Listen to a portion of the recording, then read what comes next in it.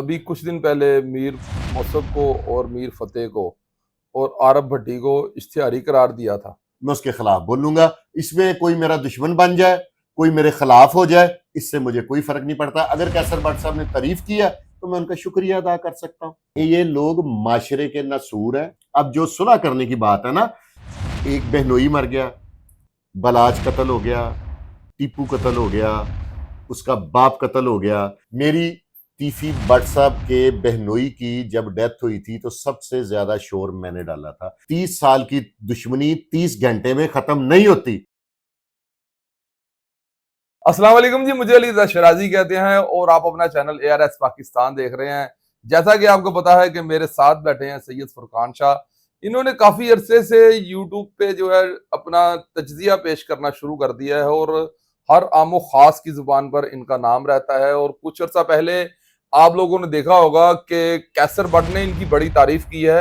आज मेरा इनसे सवाल यह है कि इनका सॉफ्ट कॉर्नर कैसर भट्ट की तरफ है या इनका दोस्ताना कैसर भट्ट की तरफ है। तो अगर बराबर तज्जिया करते हैं तो कैसर भट्ट ने इनकी तारीफ क्यों की, इन्हीं से जानते हैं, इन्हीं की जुबानी ये बात और वाकया में क्या हकीकत है। अस्सलाम वालेकुम जी वालेकुम सलाम। कैसे हैं भाई? ठीक है, अल्लाह का शुक्र। तो सवाल तो आपने मेरा सुन ही लिया है। हाँ जी, वो मैंने पहले भी एक दो दोस्त आए थे मेरे से ये बात करने के लिए, तो मैंने उन्हें यही कहा था कि कैसर भट्ट साहब का शुक्रिया। जी मेरी ना उनसे कभी मुलाकात है, ठीक है। कभी भी जिंदगी में, अभी तक। आज डेट है इस वक्त 31/10/2024। बिल्कुल आज तक कॉन्फ्रेंस कॉल में डायरेक्टली इंडायरेक्टली कभी बात ही नहीं हुई, कोई वॉइस मैसेज नहीं, कभी मुलाकात नहीं, क्योंकि मेरे उनके शोबे शायद मुख्तलिफ हैं। ठीक है, वो कोई और कारोबार करते हैं, मैं कोई और काम करता हूँ। सही। तो ऐसा कोई नहीं। अगर उन्हें कोई अच्छी बात लगी है तो उनका शुक्रिया। मैंने तो तनकीद दोनों घरों पे करता हूँ। मेरा मकसद जौन सा है ना, आग लगाना नहीं है। जिस वजह से जो मैंने एनालिसिस किया है ना, कि जो उन्होंने बात की है, उन्होंने कहा कि अब रियलिटी पे मबनी, आपने अगर उनकी पूरी बात सुनी, मैंने 2 दफा सुनी थी, उन्होंने कहा कि आप हकीकत पे मबनी तजिया देते हैं। आप बेशक हमारे खिलाफ भी बोले, लेकिन आप बोलते ठीक है।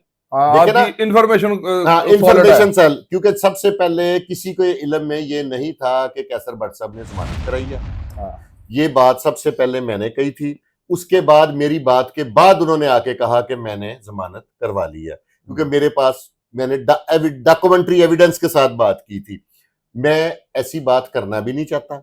मेरी आज अगर आप मेरे दिल से बात पूछें तो मेरी दिली ख्वाहिश है कि इन घरों की सुलह हो जाए। इसके अलावा जो जो घर इस दुश्मनी में, किसी भी दुश्मनी में आग में जल रहे हैं, उनकी भी सुलह हो जाए, सबका भला हो जाए और सबकी खैर हो जाए। मेरी ये ख्वाहिश है। मेरी तीफी भट्ट साहब के बहनोई की जब डेथ हुई थी तो सबसे ज्यादा शोर मैंने डाला था, क्योंकि एक बेगुनाह आदमी मरा था दुश्मनदारी के बगैर। अगर आप उस बंदे का रिकॉर्ड निकलवाएं तो वो वाहिद ऐसा शख्स होगा जिसका लाइसेंस, मेरा अपना लाइसेंस बना है पिस्तौल का। हम कारोबार करते हैं, हमारा पेमेंट का काम है, हम पेमेंट लानी ले जानी तो है। उसका असले का लाइसेंस भी नहीं था और मैंने सबसे ज्यादा शोर डाला था। तीफी भट्ट साहब से भी मेरी कोई मुलाकात नहीं है। उनकी बहन को गोलियां लगी थी तो मैंने बहुत शोर मचाया था और इस दुश्मनी का नाम मैंने उसी दिन डर्टी गेम रख दिया था। मेरा एक नेशनल चैनल पे इंटरव्यू हुआ था, उसमें मैंने इसका नाम डर्टी गेम रखा था कि घटिया काम हो गया। देखे ना, बहनों को गोलियां मारनी, वो किसी की बहन हो, वो सबकी बहन है। आप ही मेरी बात से इत्तेफाक करते हैं? जी बिल्कुल। बहन तीफी भट्ट की हो, बहन बलाज की हो, बहन किसी बंदे की हो, मां जिसकी मर्जी हो, वो सबकी मां है अगर गैरतमंद इंसान है। तो अगर कोई और तबीयत है, मेरी कोशिश होती है कि मेरी बातों से आग ना लगे। मैं पेट्रोल की बोतल हाथ में नहीं रखता, मैं पानी की बोतल रखता हूं। जिसकी जो गलती है अपनी अकल के मुताबिक, और मैं किसी को ड्यूटी बाउंड नहीं करता कि ये जो मेरा तजिया है आप इस पे ही पाबंद हो जाए। मैं ये कहता हूं कि मेरा ये तजिया, अगर आप इत्तेफाक करते हैं तो आपकी मेहरबानी, अगर नहीं करते तो मेरी सलाह कर दें, मुझे गाइड करें कि यार ऐसे नहीं, आप ये बात के, और मेरे ऊपर अगर आप कुछ तनकीद करेंगे तो मुझे खुशी होगी, मेरी सलाह होगी ना। देखिए, अगर मैं कहीं पे गलत हूं, मैं अकले कुल का मालिक तो नहीं हूं कि मेरे पास तमाम इंफॉर्मेशन मेरे पास ही होगी। अगर मेरे पास नहीं है, अगर कैसर भट्ट साहब की जमानत की इतला गलत होती और मैं तारीख और जज साहब का नाम ना बताता तो शायद पता नहीं मैंने गलत किया है या सही किया, लेकिन मैंने कौम को खुशखबरी दी है कि अब ये लोग देखे ना, अपने आप को कानून के आगे सरेंडर करना, सही, ये खुशाइन बात है। बिल्कुल कि इश्तिहारी होना अच्छी बात है, नहीं, बिल्कुल कानून के आगे पेश करना अच्छी बात है ना। जी। अब दूध का दूध पानी हो जाएगा, क्योंकि ये जो मौजूदा डीआईजी साहब है ना, ज़िशान असगर साहब, इनको भी कभी नहीं मिला। ठीक है, कोई बंदा साबित कर दे बिल वास्ता बिला वास्ता। लेकिन इनकी एक बात देखे ना, जब कोई अफसर कहीं पे लगता है, कुछ सियासतदान आता है, उसकी अच्छी या बुरी हवा जौन सी है उसके आने से पहले आ जाती है। ज़िशान असगर साहब के बारे में मेरी इतला के मुताबिक जब मुफक्खर अदील वाला वाकया हुआ ना, हालांकि वो एक एसपी था, इधर तो एक एएसआई हो ना, वो फंस जाए तो सारी सपा से मुराद तमाम पुलिस डिपार्टमेंट उसको बचाने पे लग जाता है। इन्होंने उसको चालान किया, बिल्कुल ठीक है, खुद एविडेंसेस तलाश किए, उसकी खुद सुपरविजन की, नहीं तो निचले हमले की जरूरत थी कि उसको चालान करते। एसएसपी हाई केस था, हाई प्रोफाइल केस था। उस दिन के बाद मैं ज़िशान असगर साहब को भी पसंद करता हूं। जो अच्छा काम करेगा मैं उसकी तारीफ करूंगा, जो बुरा काम करेगा मैं उसके खिलाफ बोलूंगा। इसमें कोई मेरा दुश्मन बन जाए, कोई मेरे खिलाफ हो जाए, इससे मुझे कोई फर्क नहीं पड़ता। अगर कैसर भट्ट साहब ने तारीफ किया तो मैं उनका शुक्रिया अदा कर सकता हूं, क्योंकि उन्होंने मेरी इस बात की तारीफ की है कि मेरे गुफ्तगू का अंदाज जौन सा है वो प्योरली परफेक्ट है, उनके बकौल जेंटलमैन है। ठीक है, तो उनकी मेहरबानी है। दूसरा मेरा सवाल ये है कि अभी कुछ दिन पहले मीर मौसफ को और मीर फतेह को और आरफ भट्टी को इश्तिहारी करार दिया था। उसमें जो मीर फतेह हैं वो आरफ मीर टीपू के सबसे छोटे बेटे हैं। जी जी। उन्होंने तो अंटैरम ले ली, उन्हें 6/11 का टाइम भी मिल गया। तो अब आरफ भट्टी की कोई इंफॉर्मेशन किसी जराए से या कोई पुलिस वालों की जानिब से, या कि ये हमारे इदारों पर सवालिया निशान है? हमारा जो डिपार्टमेंट है ना, वो इस पे पूरी मेहनत कर रहा है, पुलिस ढूंढ रही है। इससे पहले कितने कितने बड़े क्राइम हुए हैं, पुलिस की ढूंढने की रेशो यही है ना, 5-7 दिन, 8 दिन, 10 दिन, इससे ज्यादा टाइम तो नहीं लगा। वो कहीं गायब है, पुलिस ढूंढ निकाल लेगी। इस वक्त अब लोग मुझसे सवाल करते हैं जी वो इनकी तफ्तीश चेंज हो गई, और मैं ये समझता हूं कि अफसराने बाला का बड़ा खुशाइन इकदाम है। देखे ना, जब किसी भी अफसर के ऊपर सवालिया निशान आ जाए, पुलिस का डिपार्टमेंट जो सा ना, उसने 2 बंदों को डील करना है, एक के हक में फैसला करना है, एक के अगेंस्ट करना है। ठीक है, जिसके अगेंस्ट होगा वो इल्जाम लगाएगा, वो कहेगा जी देखो ये करप्ट है, इसने उससे पैसे ले लिए, बेशक इससे मांगे या नहीं मांगे। इसलिए पुलिस ऑफिसर जो भी होगा, जो काम करने वाला है, अब जो काम नहीं करता उनमें कोई प्रॉब्लम नहीं है, जो काम करने वाला अफसर होगा ना, उसकी तनकीद डेफिनेटली होगी, क्योंकि ये वाहिद ऐसा डिपार्टमेंट है जिसने 2 लोगों को के बारे में ना उन्होंने डिसीजन लेना, एक के खिलाफ होना। जिस एक के खिलाफ होगा ना, वो सीना गजट फैलाएगा। और दूसरा, हमारे माशरे में एक ऐसा कंसेप्ट चलता है कि अगर आप पुलिस को ये बताते हैं कि ये मेरे मोहल्ले में मिस्टीरियस लोग आ गए हैं, कोई क्रिमिनल आ गए हैं, कोई ऐसे, तो लोग आपको कहते हैं जी मुखबर है। क्या अपने इदारे की मदद करना गलत है? बिल्कुल अच्छी बात है। चोर या डाकू अगर आप उसकी हमायत करते हैं, ये बेसिकली हमारे इलाके में ना जो क्रिमिनल्स लोग हैं ना, हमारे सराउंडिंग में, हमारे शहर में, मैं शहर की इस वक्त बात कर रहा हूं, तो वो क्रिमिनल्स ने ये ज़हन बना दिया कि पुलिस नाल नहीं, हालांकि क्रिमिनल किसी का दोस्त नहीं होता। आप बताएं, डाकू किसी का दोस्त है? कभी नहीं, कभी नहीं। चोर किसी का दोस्त, मनशियात फरोश किसी का दोस्त, कभी नहीं। कातिल किसी का दोस्त, कभी नहीं। ये लोग माशरे के नसूर है, वो कोई भी है, और पुलिस इनको खत्म कर लेगी। अगर जब से मैंने होश संभाला, ये 90 से लेकर इतने बड़े बड़े गैंगस्टर, अब मैं नाम लेने बैठूंगा तो 2 दिन गुजर जाएंगे, वो सारों का कला कमा पुलिस ने किया ना। बिल्कुल। मैं तो पुलिस यहाँ पर एक और मेरा सवाल बनता है जी जी जी कि देखें, अगर एक जो है थाना लाइक सीआईए इकबाल टोन मुतनाजा हो गया, तो ये सीआईए की किसी और टीम के हवाले भी तो केस हो सकता था ना। ऑलरेडी ये पहले ही मॉडल टाउन के पहले अफसरान ने बड़ा बेहतर कर दिया। अब सीआईए मॉडल टाउन चला गया, उस पे भी वो एक पार्टी कहती, अब तो जेआईटी है ना, 3-4 अफसर हैं। अब देखे ना, ये इससे मैं कहूंगा ये अफसरान ने कमाल कर दिया। अब उंगली वो उठाएगा जिसके खिलाफ फैसला होगा, और आप समझते हैं कि एक अफसर एकतरफा फैसला दे सकता है इसमें?